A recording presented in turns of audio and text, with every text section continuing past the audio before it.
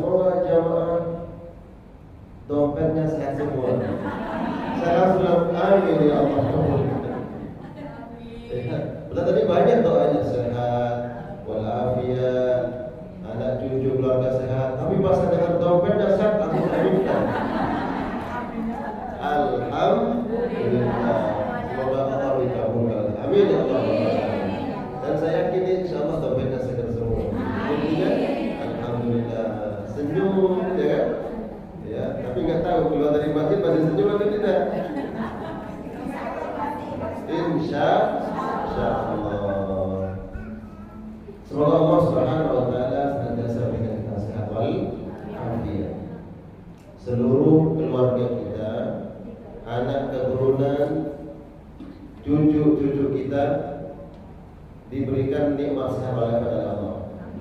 Anak-anak yang sudah berkeluarga, doakan semoga Allah jadikan keluarga mereka keluarga yang sakinah, mawaddah. Kalau ada di antara keluarga kita yang sakit, karib kerabat, sahabat, andai tolan yang sakit, kita doakan kepada Allah Subhanahu wa taala semoga Allah berikan kesabaran dan Allah angkat penyakitnya. Amin ya Allah ya rabbal alamin.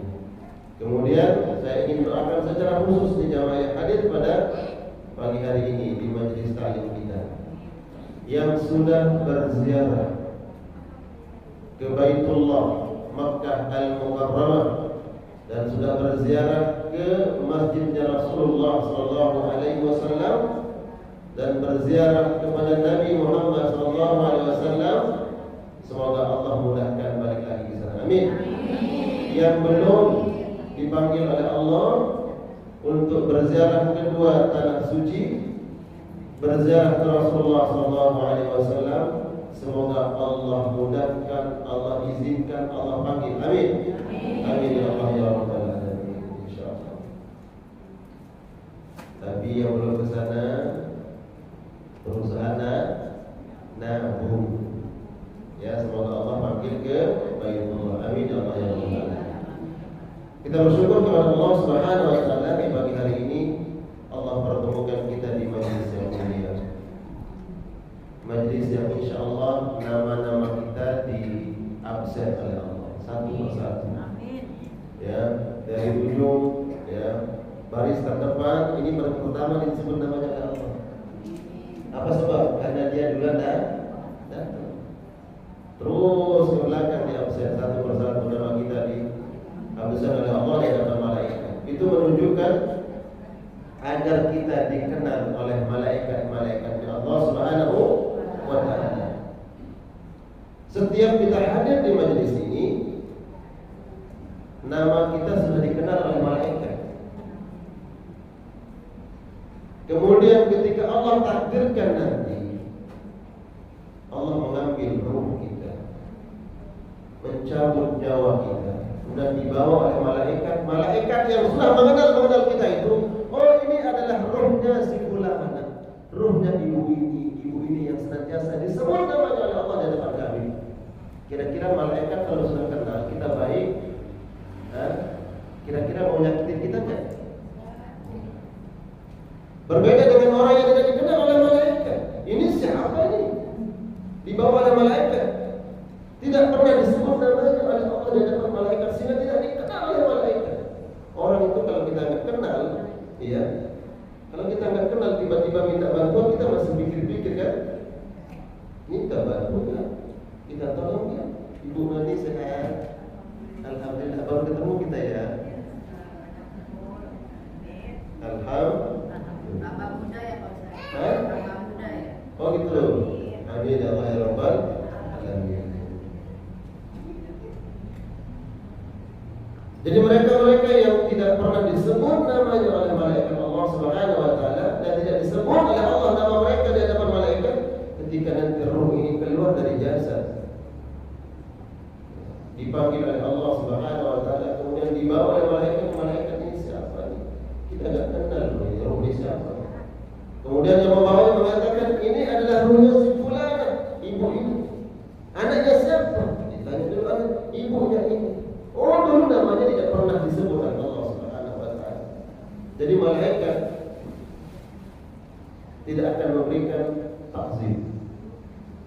tidak akan memberikan penghormatan, kemuliaan. Apa sebab? Karena tidak dikenal.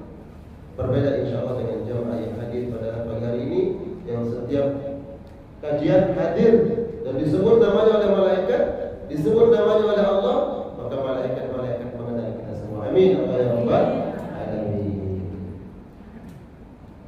Tak lupa kita sampaikan salam ta'zim kita, pemuliaan kita di majlis yang mulia ini kepada Nabi Muhammad sallallahu alaihi wasallam. Allahumma salli wa sallim ala sayyidina wa rasulina wa syafi'ina wa maulana Muhammad wa ala alihi wa ashabihi wasallam. Dengan selawat salam kita berharap kepada Allah, semoga Allah layakkan kita semua kelak jemaah sekalian mendapatkan syafaat Rasulullah, syafaatul uzma, syafaatnya baginda Nabi Muhammad sallallahu alaihi wasallam. Baik, insyaallah tema kajian kita pada pertemuan kali ini adalah karakter wanita di dalam Al-Qur'an. Karena memang ini adalah kajian muslimah, maka temanya pun kaitannya dengan muslimah. Ya. Karakter perempuan atau wanita di dalam Al-Quran ini masih umum. Nanti ada karakter-karakter khusus bagi perempuan muslimah.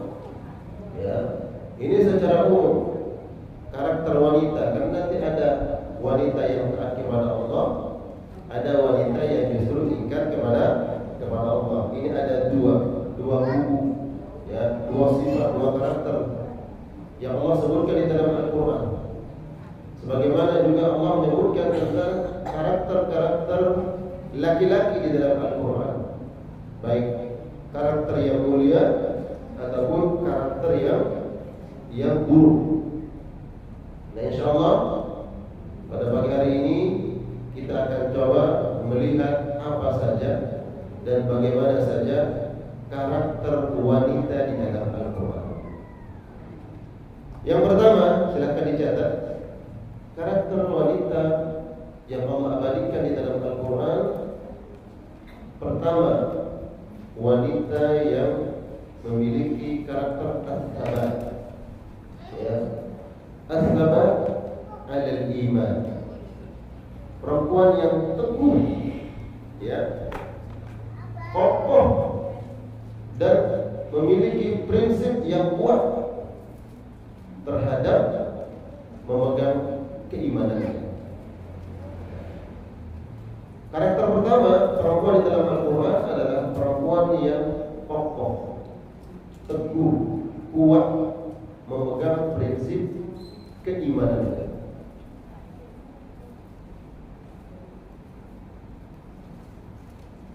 Nah, insya Allah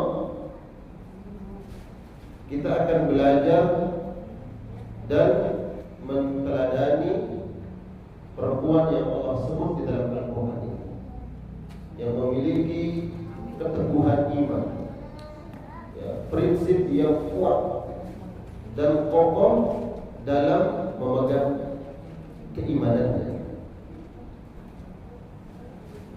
Allah abadikan perempuan ini di dalam Al-Quran, di dalam surat At-Tahrim ayat ke-11. Seperti biasa, silakan dibuka Al-Qurannya yang membawa Al-Quran, surat At-Tahrim, surat ke-66. Buka Al-Quran, surat ke-66.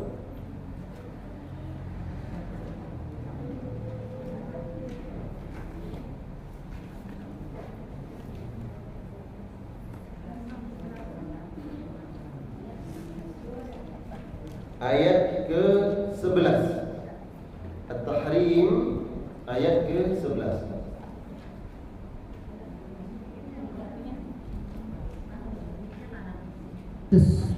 Siapa yang baca? Ya, silakan. Al-Qurannya baca.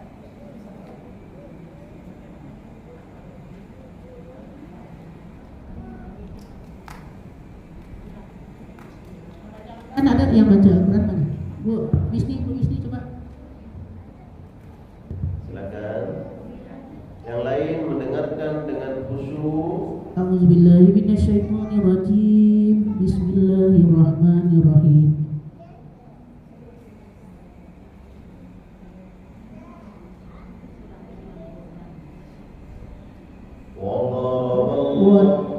وضرب الله مثلا للذين آمنوا امرأة فرعون إذ قالت رب ابن لي عندك بيتا في الجنة ونجني من فرعون وعمله ونجني من القوم الظالمين. Allah. Ya, silakan. Siapa yang membaca terjemahnya? Dengarkan dengan baik. Dan Allah membuat perumpamaan bagi orang-orang yang beriman. Istri Fir'aun ketika dia berkata, "Ya Tuhanku, bangunkanlah untukku sebuah rumah di sisimu dalam surga dan selamatkanlah aku dari Fir'aun dan perbuatannya dan selamatkanlah aku dari kaum yang zalim." Masya Allah. Perjamaah sekalian yang dimuliakan Allah, Allah mengabadikan perempuan yang mulia di dalam Al-Quran. Perempuan yang kokoh memegang prinsip akidah, prinsip keimanan, tidak pernah goyah, tidak pernah luntur keimanannya, walaupun berhadapan dengan berbagai macam bentuk rintangan, cobaan, ancaman dan seterusnya, tapi dia tetap kokoh, kuat. Karena kekokohan dan kekuatannya memegang prinsip inilah, kemudian Allah bayar dengan Allah abadikan namanya di dalam Al-Quran, yang seluruh umat Nabi Muhammad membaca kisah perempuan ini. Tujuannya apa? Daraballah, aku jadikan dia, perempuan ini, kata Allah, sebagai contoh buat kalian. Kalau Allah jadikan ini sebagai contoh, maka perempuan-perempuan muslimah tidak butuh lagi figur yang lain, betul kan? Butuh figur yang lain tidak? Tidak. Dia hanya membutuhkan figur yang Allah sudah hadirkan. Ini contohnya. Ini yang layak ditiru, ini yang layak diteladani. Ambil prinsipnya, pegang prinsipnya. Itu Allah mengatakan, wa daraballah, kami jadikan ini sebagai contoh. Siapa?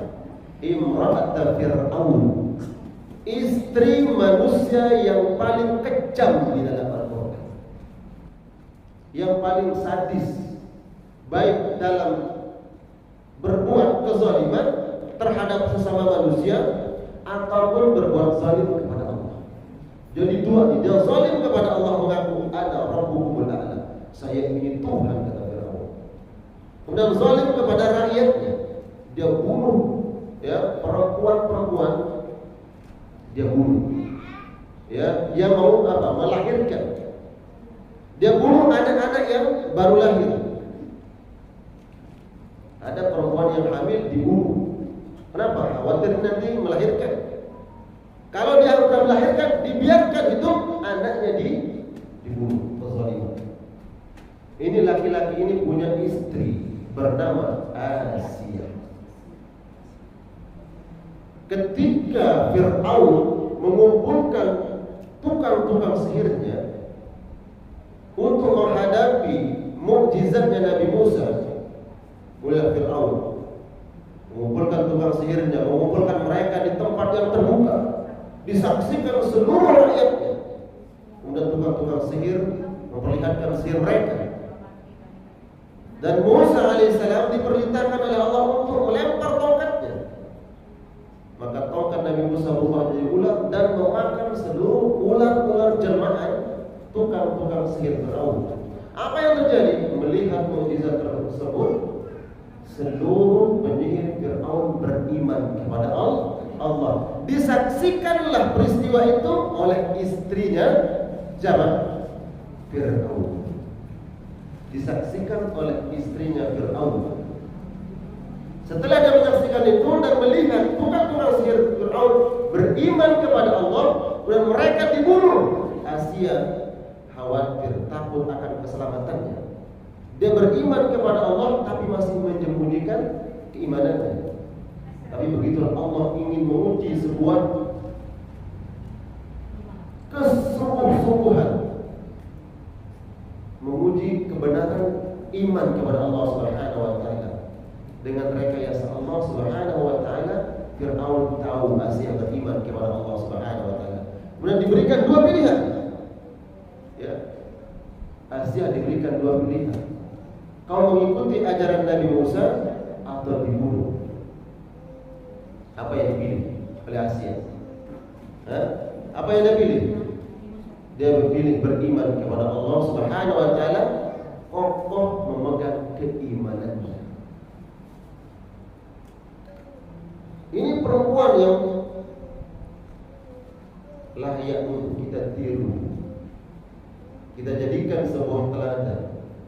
Suaminya suami yang zalim. Pertanyaan saya kepada Bunda sekarang, kalau kita melihat Asia ini, pentingkah memiliki suami yang saleh? Ayo Bun, penting tidak memiliki suami yang saleh? Oke, penting. Penting memiliki suami saleh. Tapi kenapa Asia menjadi perempuan yang mulia, diabadikan namanya di dalam Al-Quran, padahal suaminya zalim, suaminya ingkar kepada Allah. Jadi seolah-olah kita mengatakan berarti tidak penting memiliki suami yang saleh. Apa sebab? Asia saja yang suaminya zalim, terlaknat, tapi tetap dia bisa menjadi seorang perempuan yang saleh, taat kepada Allah Subhanahu wa taala. Ya mungkin ini jawaban ekstrim. Penting nggak memiliki suami yang saleh? Penting. Tapi ketika seseorang kemudian mengatakan saya nggak punya laki-laki yang membimbing saya, Ustaz, ya saya belum punya suami yang membimbing saya. Ada perempuan yang salehah, ya, yang Allah abadikan namanya di dalam Al-Quran. Dia tidak punya suami, tapi Allah abadikan namanya di dalam Al-Quran. Siapa? Maryam.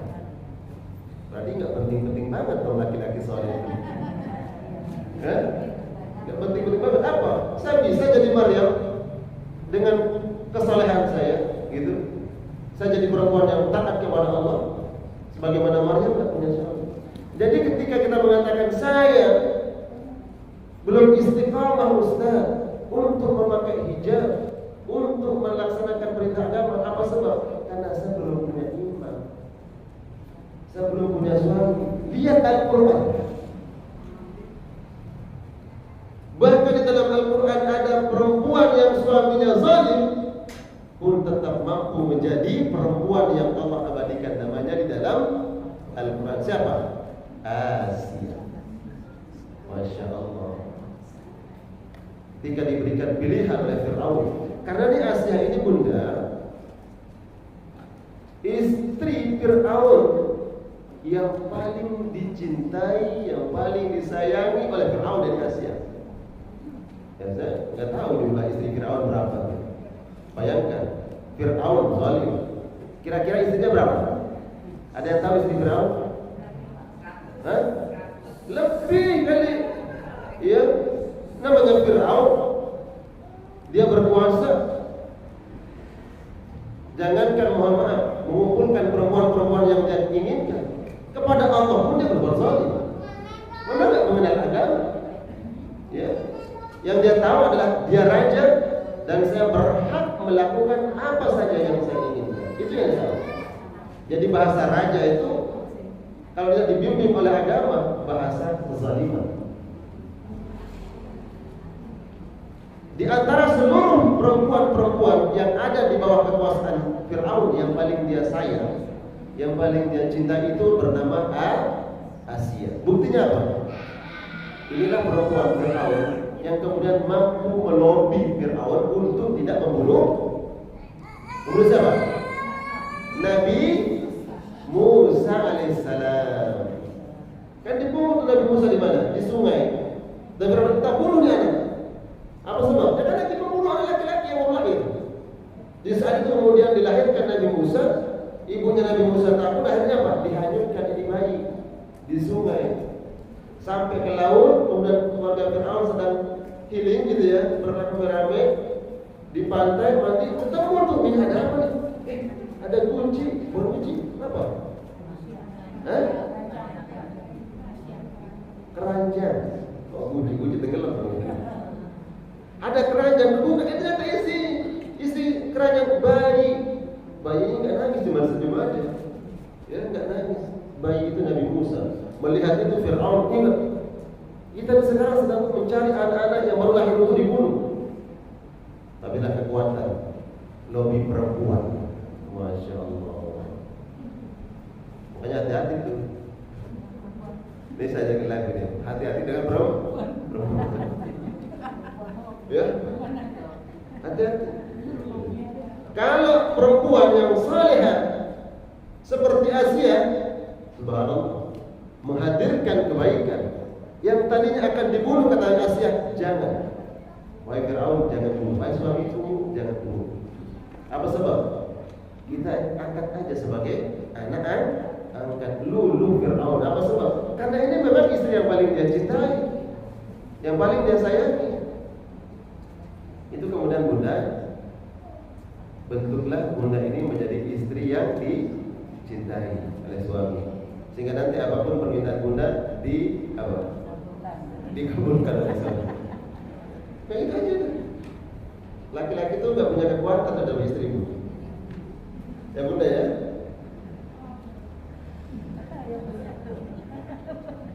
Masya Allah. Kekuatan perempuan. Itulah kemudian Asia yang melobi Fir'aun, jangan bunuh ini anak.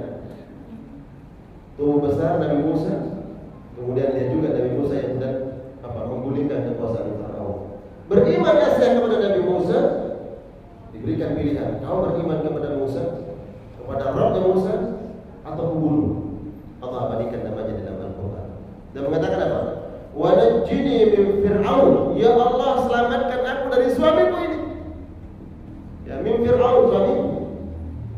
Wa amali, dan semua perbuatan-perbuatannya, kezaliman-kezalimannya. Wa najjini minal qaumil zalimin, ya Allah selamatkan aku dari kaum yang zalim. Dan pada kalimat sebelumnya dia minta apa? Rabbi bnili indaka baitan fil jannah. Ya Allah bangunkan aku istana yang megah nanti di surga. Inilah perempuan yang Allah jadikan sebagai misal, perumpamaan, contoh. Perempuan yang sabar, yang teguh memegang prinsip. Jadi agama ini memang ya butuh keteguhan, butuh pengorbanan. Betul bunda? Butuh pengorbanan. Butuh pengorbanan. Karena itu yang Allah ingin lihat. Untuk mencapai nanti rahmat Allah, Allah masukkan ini bunda-bunda nanti kita semua ke dalam surga, itu butuh sebuah pengorbanan. Surga itu mahal, betul tidak? Kalau kita lihat kisahnya Asia, surga itu mahal. Buktinya apa? Harganya Allah minta dari Asia, nyawamu. Kita pengen surga, tapi kita mau beli apa? Surga itu pakai apa kita beli kepada Allah? Surga yang seluas langit dan bumi itu paling kecil. Surga yang paling kecil, yang paling rendah, seluas langit dan bumi. Bagaimana dengan surga Firdaus, surga-surga yang lebih tinggi? Lalu kemuliaan yang besar itu kita mau beli pakai apa? Bunda mau beli pakai apa? Ustaz mau beli pakai hadir taklim aja, cukup enggak bayarannya? Cukup enggak kira-kira? Belum cukup. Apalagi yang enggak pernah hadir di majelis taklim. Pas sekali-kalinya di majelis taklim itu pun terpaksa. Ketika semoga kita masuk surga, kencang dia amin amin. Tapi nggak tahu dia mau bayar pakai apa. Asia bayarnya pakai apa? Nyawa. Kalau kita melihat ini surga itu mahal. Tapi bisa kita katakan surga itu murah. Betul nggak? Murah nggak surga? Murah. Nggak butuh modal untuk bayar itu. Kalau kita lihat amalan-amalan sederhana yang membawa kita ke surga Allah Subhanahu wa taala. Ya. Mohon maaf datang ke sini, ya kan? Ada tarifnya enggak? Enggak kan? 100 orang yang datang ke majelis taklim harus bayar 100.000. Ada enggak? Enggak. Datang duduk mendengarkan, pulang tanpa pahala dan dapat ilmu. Murah itu surga. Sambil kita berjalan baca tasbih subhanallah walhamdulillah wala ilaha illallah wallahu akbar. Dari masjid sampai rumah berapa kali itu kita baca. Apa kata Nabi? Yang membaca ini Allah bangunkan tempat di surga. Itu tadi pas tasbih. Bayar enggak? Butuh modal enggak? Enggak. Berarti kalau kita lihat itu murah itu surga. Ya. Tapi walaupun murah, banyak orang yang tidak mau membelinya. Betul enggak? Sulit lisannya berucap kalimat-kalimat yang baik. Yang baik. Itu kemudian jemaah, kalau kita melihat ini dari perjalanan Asia, berarti surga itu butuh pengorbanan. Ketaatan kita kepada Allah butuh pengorbanan. Itu kemudian catat. Ya. Ada kaidah yang berbunyi, tulis kaidah berbunyi al-ajru ala qadril masyaqqah. Balasan pahala berbanding lurus dengan besar kecilnya pengorbanan yang kita berikan. Ini buat nanti jadi pelajaran buat kita. Balasan pahala berbanding lurus dengan besar kecilnya pengorbanan yang kita keluarkan.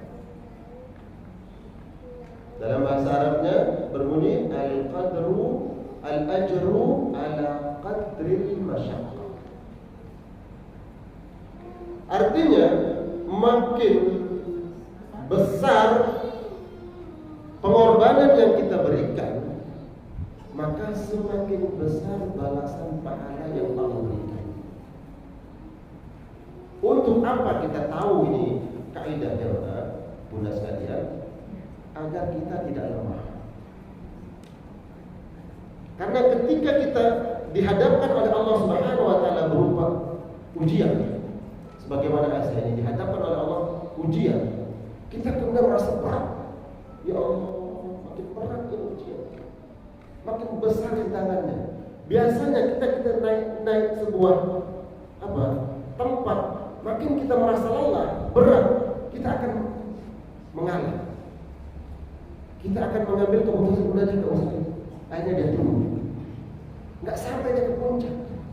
Kenapa? Berat. Aku udah enggak kuat. Aku udah pernah.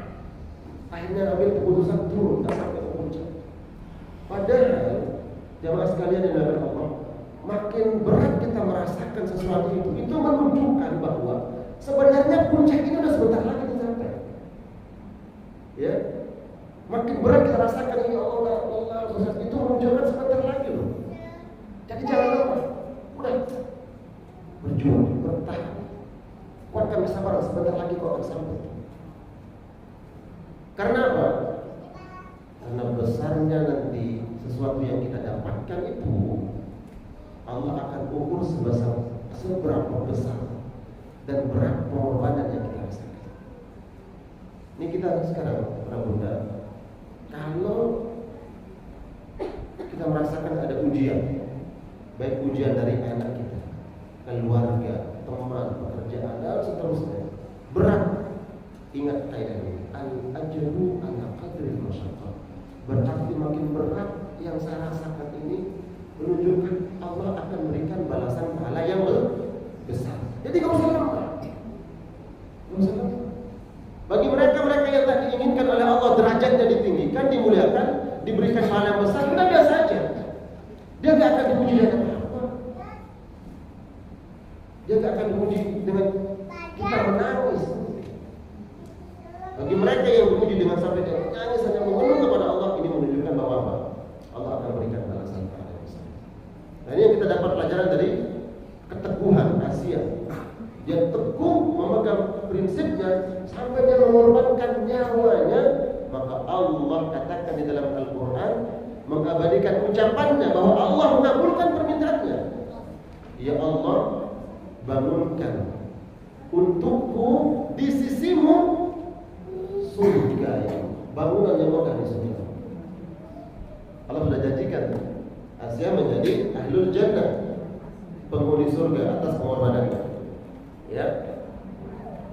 Kemudian agar kita bisa mengikuti prinsip dan keteguhan Asia ini dalam memegang prinsip agama, apa yang disampaikan oleh Nabi SAW terkhusus kepada umat beliau yang berada di akhir zaman. Kita ini sekarang. Apa kata Nabi? Sayati zamanun ala ummati as-sabir ala dinihi kal-qabil ala al-jamrah.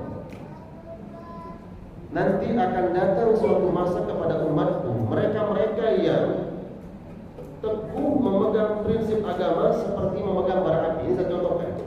Ini bara api. Ini bara api, ini contoh. Kalau saya pegang di bara api, ada dua kemungkinannya. Kemungkinan pertama apa? Apa kemungkinan pertama? Tangan saya akan melepuh, betul nggak? Oh, ini bara. Saya pegang, tangan saya akan melepuh. Ketika melepuh, ya sakit, maka pilihan saya adalah saya tetap pegang, walaupun tangan saya harus melepuh, atau saya lepas, jatuh. Artinya apa? Di zaman kita ini yang disinyalir oleh Nabi SAW memegang prinsip agama seperti memegang bara api.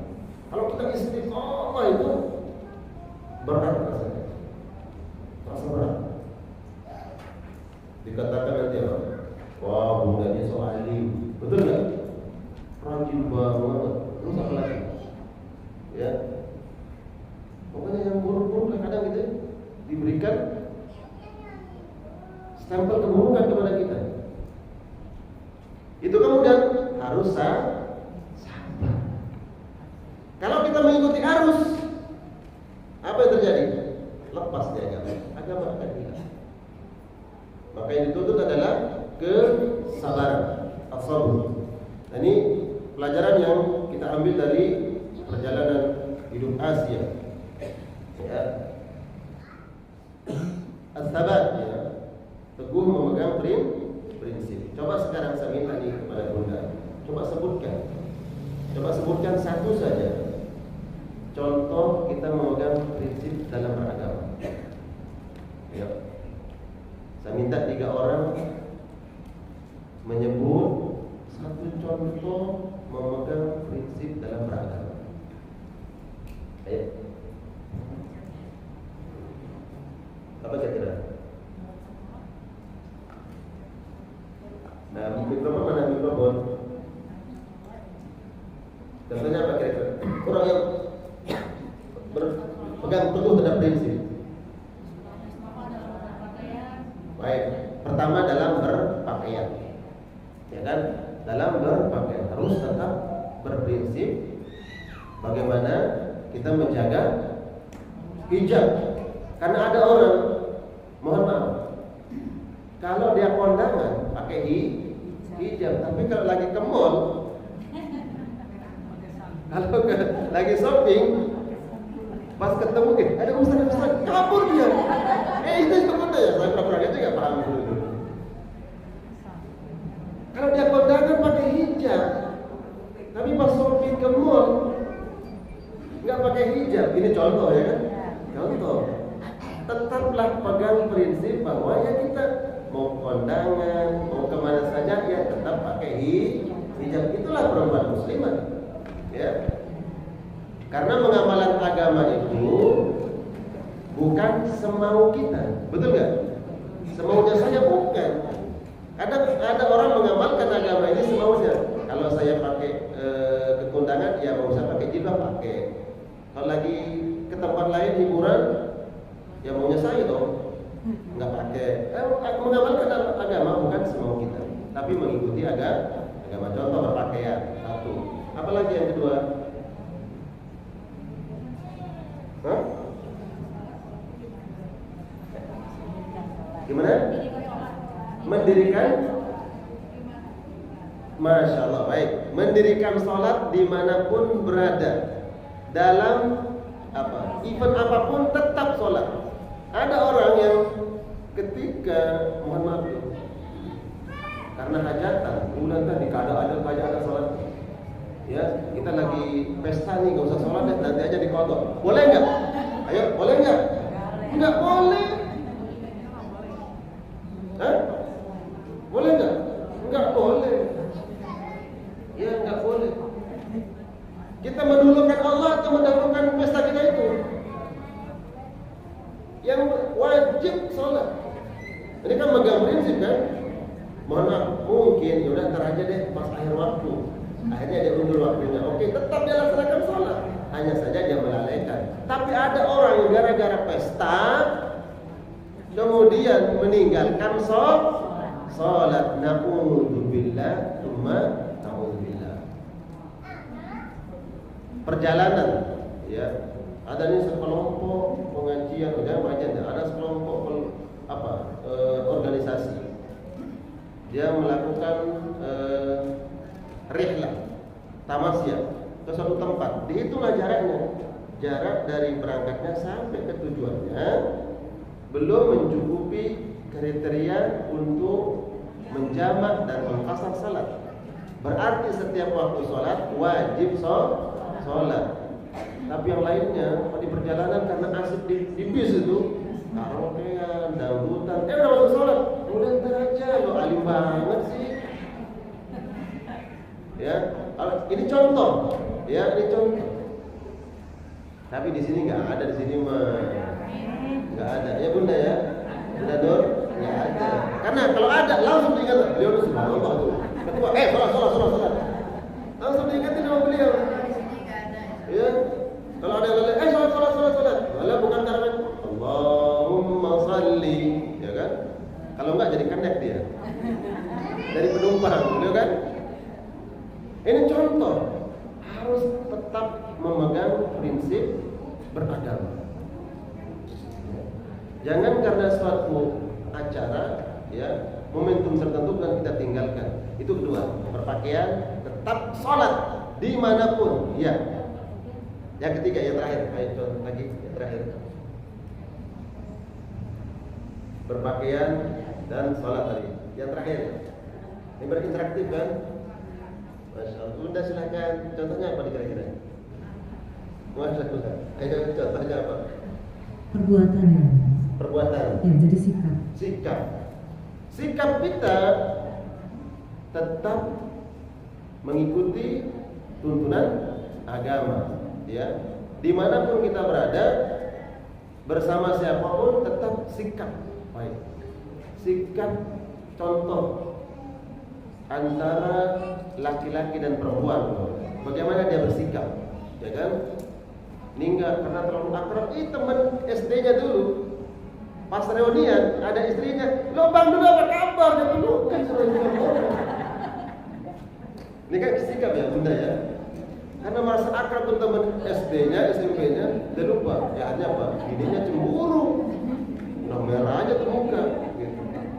Betul nggak? Karena saking akrabnya ada batasan. Ini kan sikap. Saya pernah dapat keluhan dari seorang suami. Nah, ini tuh. Ustaz apa? Kenapa? Ada masalah keluarga saya. Kenapa? Orangnya sudah terkenal. Ya ini kan tidak mengenal usia kan?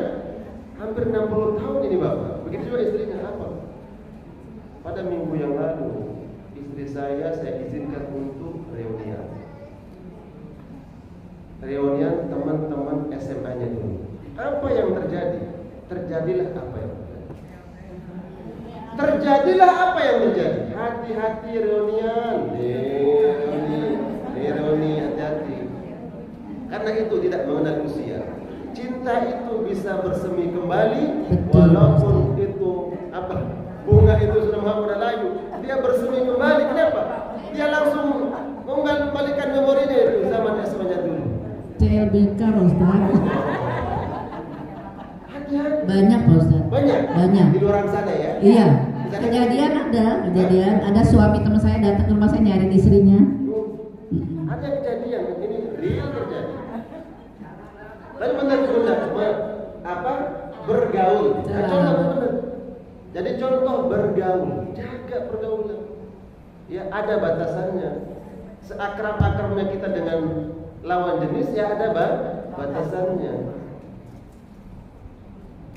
Berawal dari biasa-biasa, berakhir jadi luar biasa. Ya, itu kasus tadi saya contohkan. Kenapa?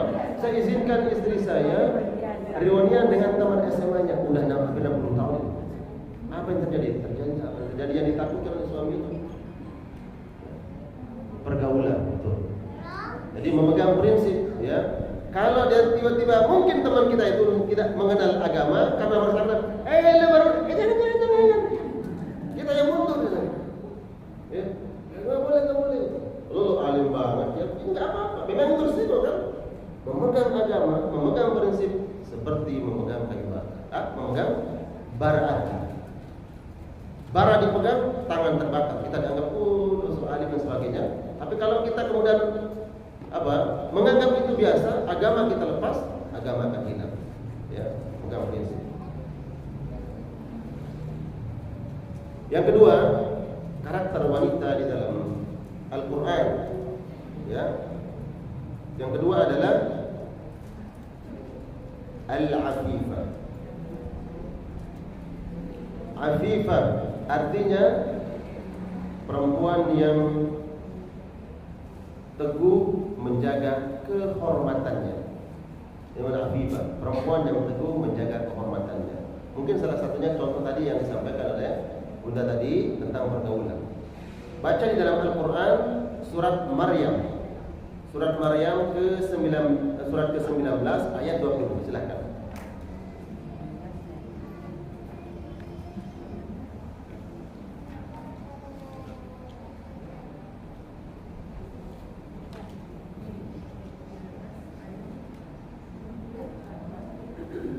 Surat Maryam, Masya Allah.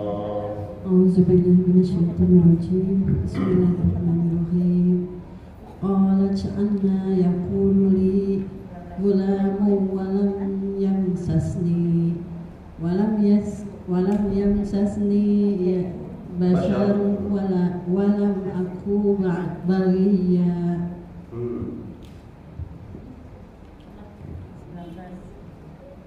Dia, Jibril berkata, sesungguhnya aku hanyalah utusan Tuhanmu untuk menyampaikan anugerah kepadamu seorang anak laki-laki yang suci. Ya. Ayat ke-20. Qalat anna yakunu li ghulamin. Maryam berkata, ya. Dia, Maryam berkata, Ya. bagaimana mungkin aku mempunyai anak laki-laki padahal tidak pernah ada orang laki-laki yang menyentuhku dan aku bukan seorang pezina. Masya Allah, Allah mengangkat kisah perempuan yang mulia yang menjaga kemuliaan dan kehormatannya, yaitu Maryam. Di dalam ayat ini Maryam berkata, qalat, dia berkata ketika malaikat Jibril datang menampakkan dirinya seperti laki-laki yang sangat tampan. Bayangkan malaikat, nggak mungkin menampakkan seperti laki-laki biasa. Dia datang dengan wajah yang tampan, ya, mempesona, kemudian mendekati Maryam. Kemudian mengatakan, jangan mendekatiku. In kunta taqiyya, kalau kamu takut kepada Allah, jangan dekat. Dan Jibril berkata, saya ini adalah malaikat Allah. Rasulullah Rabbik, saya utusan Allah. Untuk apa? Li'ahabalaki, untuk memberikanmu seorang anak laki-laki. Qalat Maryam berkata, "Anna yakunu li gulam?" Bagaimana mungkin aku akan memiliki seorang anak? Walam yamsasni bashar, aku tidak pernah disentuh oleh laki-laki, bashar laki-laki. Walam aku bagi, dan aku tidak pernah berbuat yang aku tidak pernah berbuat yang senonoh, ya, berbuat keji, zina. Ini menunjukkan apa? Bagaimana Maryam menjaga kehormatannya, menjaga kemuliaannya sebagai seorang perempuan muslimah. Inilah yang kemudian menjadi teladan contoh bagi perempuan-perempuan muslimah. Apabila kita ingin selamat, maka lihatlah perempuan-perempuan yang Allah abadikan namanya di dalam Al-Quran, dan mereka diberikan keselamatan oleh Allah Subhanahu wa Ta'ala. Dia menjaga kehormatannya. Ya. Saya tidak pernah disentuh, kata beliau, tidak pernah disentuh oleh laki-laki, dan saya tidak pernah melakukan perbuatan zina. Nah, jemaah sekalian yang dimuliakan Allah, kita sebagai muslimah hari ini mungkin akan sulit ketika kita sebagai makhluk sosial bergaul. Kemudian bagaimana membatasi diri untuk menjaga kehormatan. Karena Maryam dulu ketika beliau dilahirkan, ya, oleh bundanya, kemudian diletakkan, ditaruh di masjid yang mulia, Baitul Maqdis, tumbuh besar di situ, memang tidak pernah bergaul, tidak pernah bergaul. Karena memang untuk mempersiapkan dari rahimnya perempuan mulia ini seorang nabi yang mulia. Siapa? Siapa yang dilahirkan oleh Maryam? Nabi Isa alaihissalam. Ya, dari perempuan yang mulia ini lahir seorang anak yang Allah angkat kemuliaannya. Nah, artinya ketika ada seorang perempuan yang berusaha menjaga kehormatan, kemuliaannya, maka Allah nanti akan berikan anak keturunan yang saleh, sebagaimana Maryam. Maka seorang ibu ketika menginginkan anak yang saleh-salehah, pertama yang harus kita lakukan adalah coba teladani Maryam, menjaga iffah kemuliaan kita. Bagaimana cara bergaul? Tadi Bunda menyebutkan bergaul.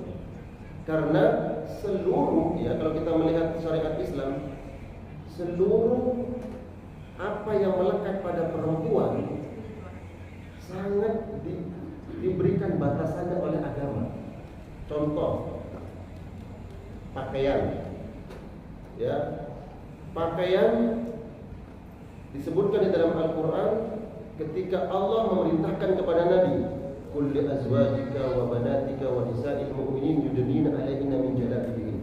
Wahai para nabi, perintahkan kepada istrimu dan anak-anak perempuanmu dan seluruh perempuan muslimah agar dia menutup auratnya. Menutup aurat. Apa sebab? Karena kalau aurat ini tidak ditutup, yang membuat orang lain merendahkan martabatnya. Coba sekarang ada perempuan tidak menutup aurat dengan seluruh lekuk-lekuk tubuhnya ini nampak, terus lewat di depan di jalan raya itu, kebayang, terus ada laki-laki yang duduk situ, apa yang terjadi? Bunda, sekarang bunda ini lagi sama suami di pinggir jalan, tiba-tiba lewat ada perempuan yang menampakkan aurat, lekuk tubuhnya nampak. Suami bunda nggak? Fitrah manusia ini fitrah. Kemudian dia nengok. Bunda langsung. Nengoknya laki-laki untuk melihat itu. Ya. Apakah menjadi kemuliaan bagi perempuan itu? Bukan. Bukan menjadi kemuliaan bagi perempuan itu menurut Allah Subhanahu wa Ta'ala.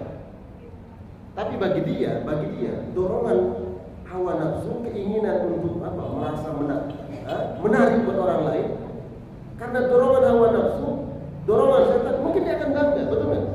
Dia bangga menjadi pusat perhatian. Kalau ada jalan di mall begitu, nengok-nengok banyak orang yang merasa bangga. Tapi perempuan muslimah bukan seperti itu. Ya. Apabila kita sudah menjaga pakaian, menutup aurat, kemudian ada orang yang iseng, yang iseng, maka yang disalahkan siapa? Yang isengnya. Kita perempuan sudah menjaga, menutup aurat, tapi ada yang iseng, maka dia yang berdosa. Tapi kalau kita menjadi pemicunya itu tidak menjaga kehormatan kita, maka kita akan ditanya oleh Allah Subhanahu wa taala. Ya.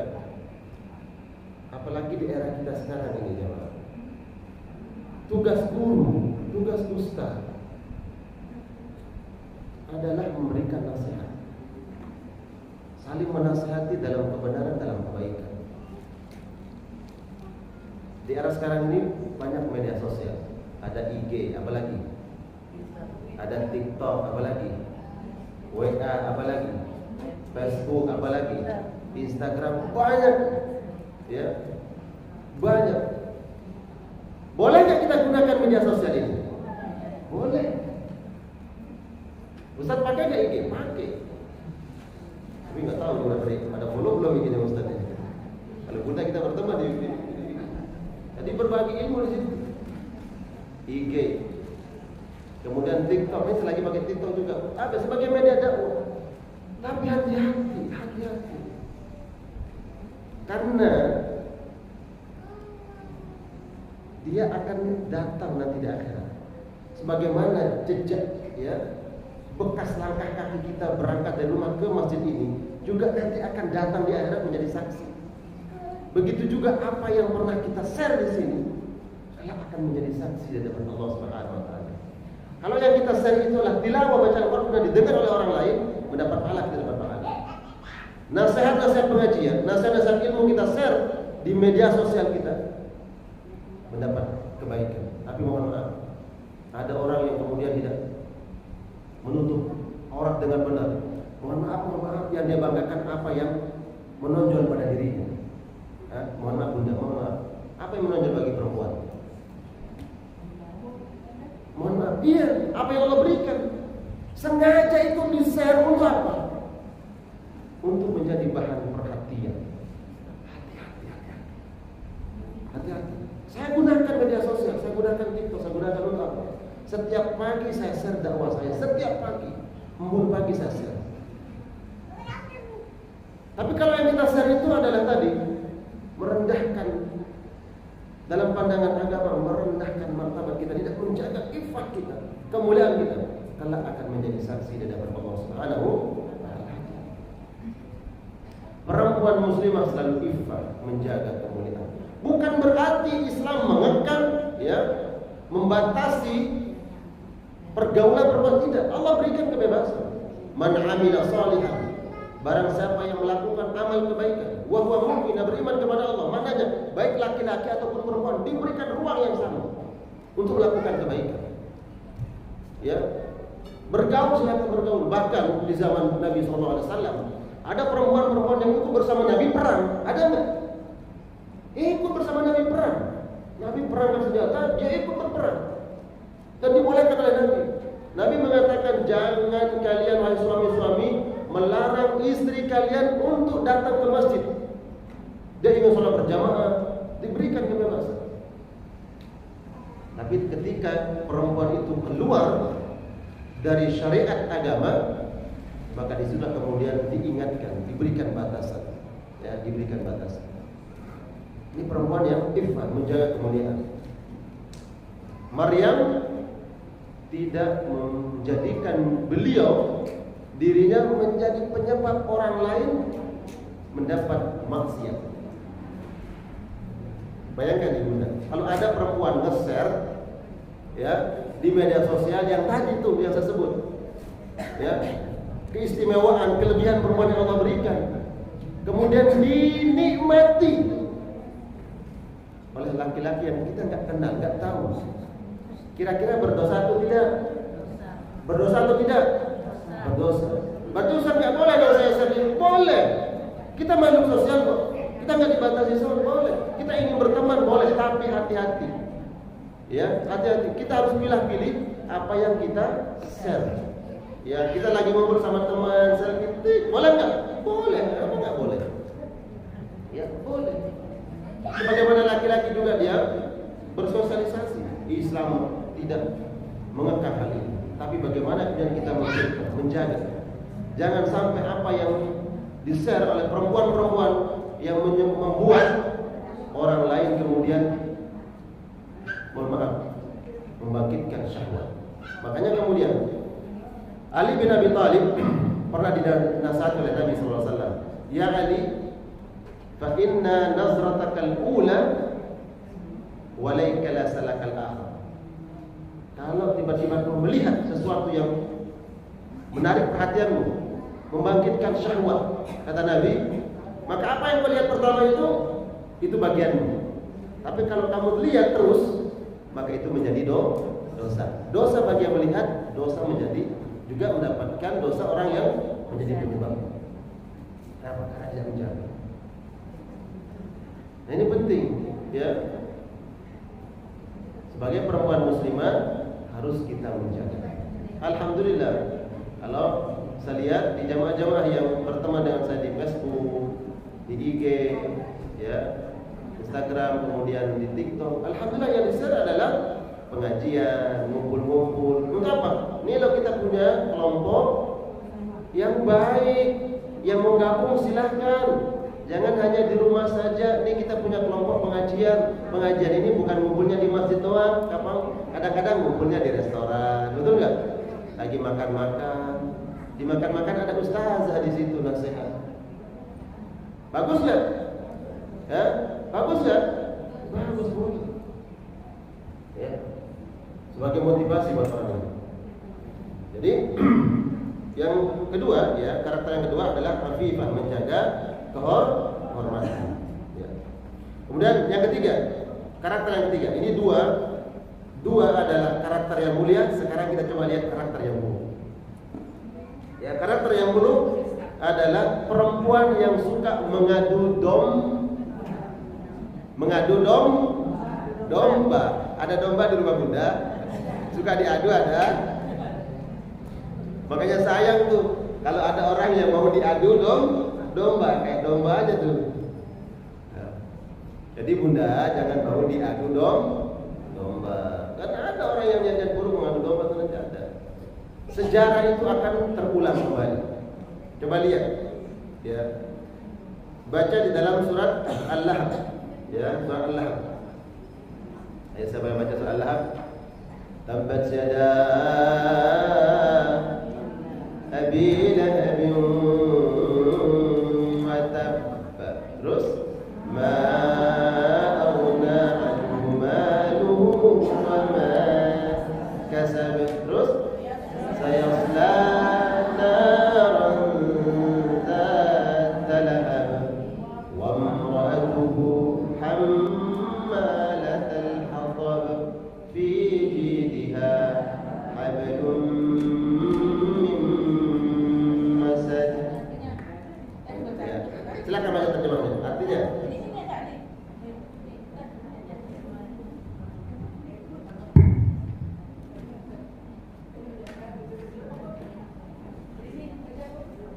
silakan. Kita sampai jam 11 kan ya? Iya. Nah, jadi masih punya waktu. Insyaallah. Tabbat celakalah.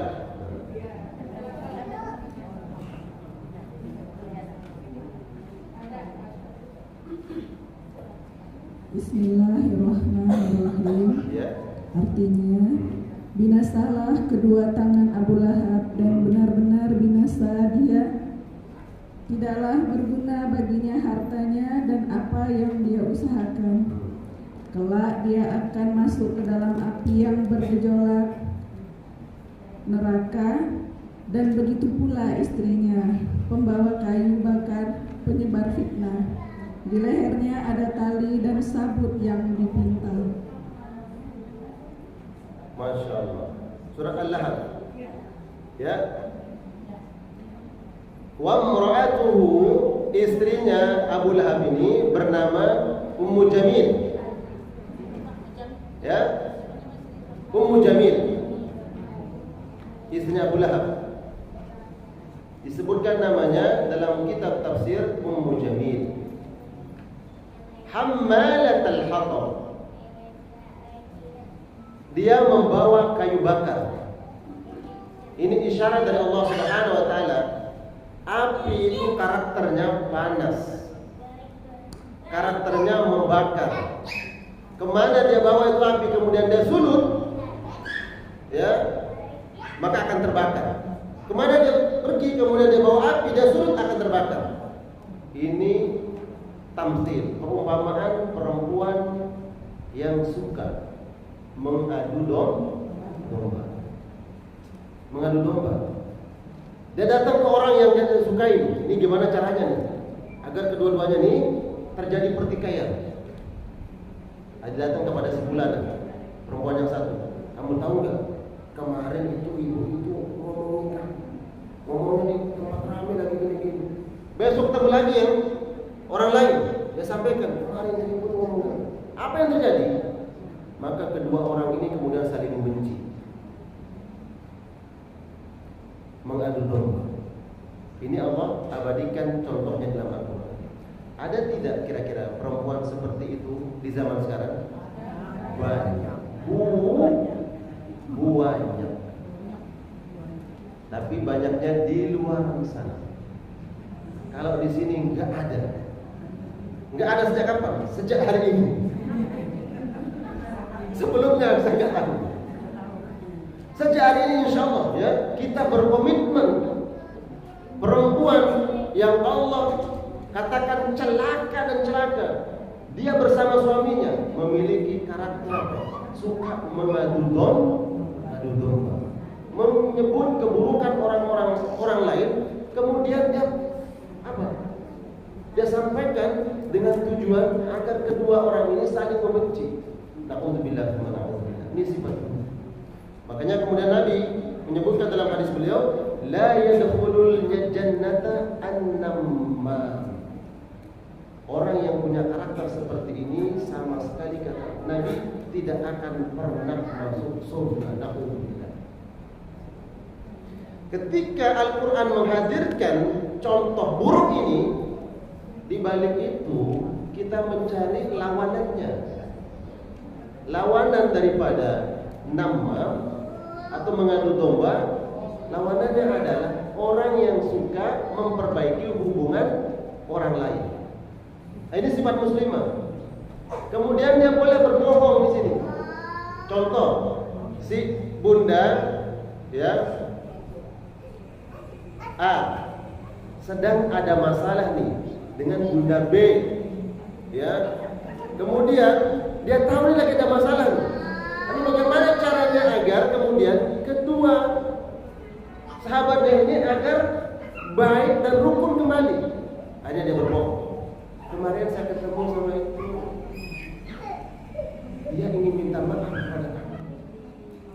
Sebenarnya waktu itu dia nggak niat menjelek-jelekkan kamu, nggak niat buruk sebagainya. Dia berbohong nih. Dan datang lagi ke pihak yang lainnya. Ibu ini sebenarnya dia ingin ketemu kamu. Dia merasa bersalah. Sebenarnya nggak niat buruk, padahal dia berbohong. Akhirnya apa? Karena kebohongannya tersebut, niatnya untuk mempererat, ya, merekatkan kembali hubungan baik antara keduanya, akhirnya terjadi. Kedua belah pihak kemudian menjadi baik, ya, bersatu kembali atas dasar apa? Atas dasar inisiatif dan kebohongan dia. Boleh tidak seperti ini? Boleh.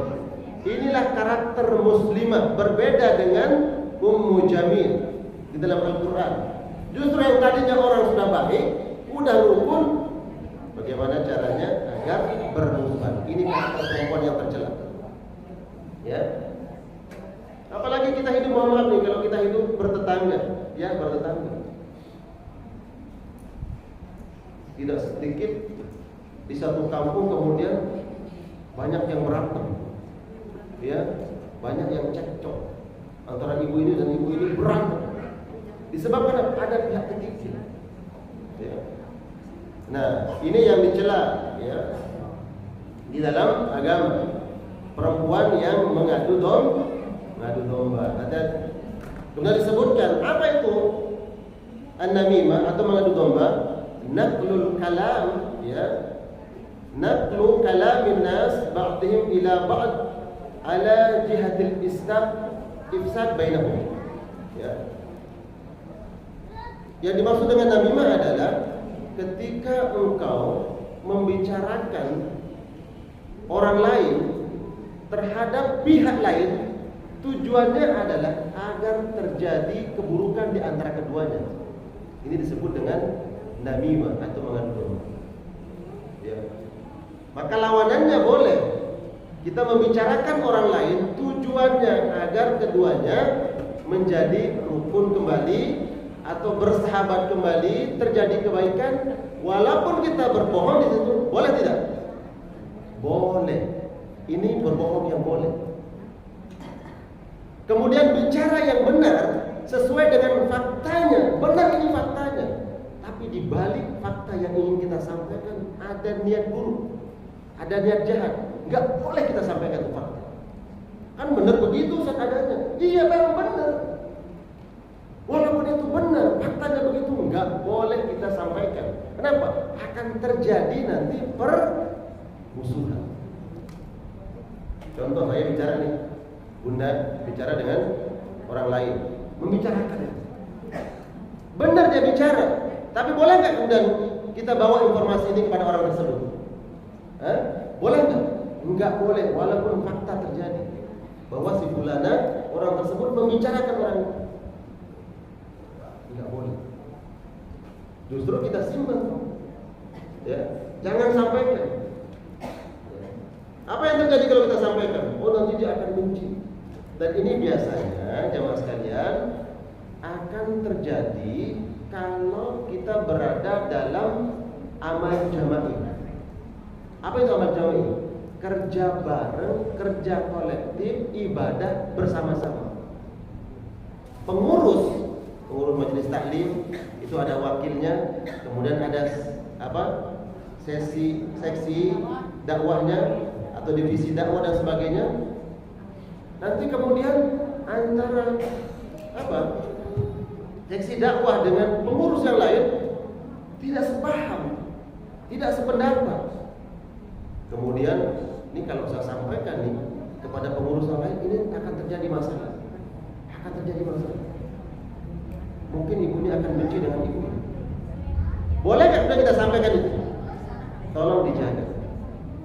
Apa sebab? Bisa saja kemudian nanti ini membuat satu sama lain saling benci.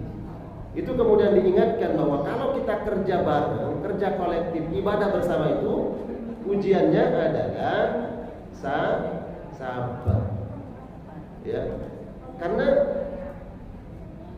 ketika kita mengurus sebuah organisasi atau kelompok majelis taklim, saya yakin bahwa tidak semua memiliki pandangan yang sama. Tidak memiliki pandangan yang sama. Pasti ibu ini memiliki pandangan yang berbeda. Ini pendapatnya beda. Jangan sampai kemudian berbeda pandangan ini membuat satu sama lain saling benci. Ini penting, ya.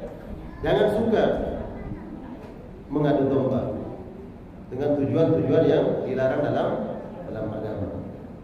Jadi kalau ada majelis taklim, jemaah sekalian yang dimuliakan Allah, majelis taklim seperti ini, ketika kita berbeda pandangan, ya, berbeda pendapat, maka jangan satu sama lain saling mencari kesalahannya.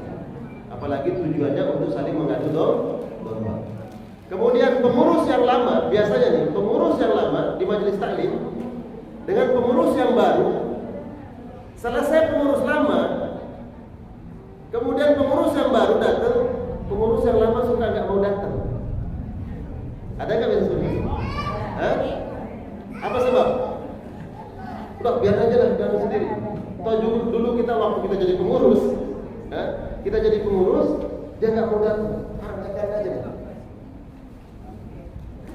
Ada nggak seperti itu? Biasanya ada. Itu terjadi di masjid-masjid. Ketika ada perubahan pengurus masjid, pengurus yang lama kemudian setelah ada pengurus baru, dia lepas juga. Nggak mau datang ke masjid, salat berjamaah dan seterusnya. Ya. Nah ini penting kita pahami bersama. Jadi ada 3 ya, 3 sifat atau karakter wanita di dalam Al-Quran. Saya sampaikan 2 contoh yang mulia. Asia, teguh memegang prinsip. Kemudian Maryam, perempuan yang afifah, menjaga kemuliaan dan kehormatannya. Yang ketiga, contoh yang buruk yang kita harus jauhi, hindari adalah Ummu Jamil. Istrinya siapa? Istrinya Abu Lahab, yang suka mengadu domba. Jadi saya berikan contoh satu saja yang buruk, ya, agar kita menghindari, menjauhi karakter perempuan seperti ini. Amin ya Allah ya Rabbal Alamin. Tujuan dari kita membawa tema ini agar kita mampu meneladani yang baik dan menghindari yang buruk. Insya Allah